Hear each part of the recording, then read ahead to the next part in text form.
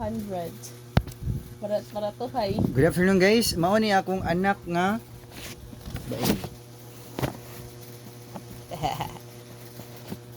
na hi. Hi mga guys. Nag-print na siya. Nambuto mo na akong bugas pa daw. Bago. Itong white di ba? Pwede ito nagpuon. Oh. Inom sa. Dili inom sa. Kunya kay mga busy na biyami kay last day na sa among preparation para maabot ang client ini ka Wednesday. Tuesday naman. Wednesday o Thursday. No, Tuesday naman nun. So, last day preparation. Wednesday, abot na yung client. Oh. Karon maabot. Dali.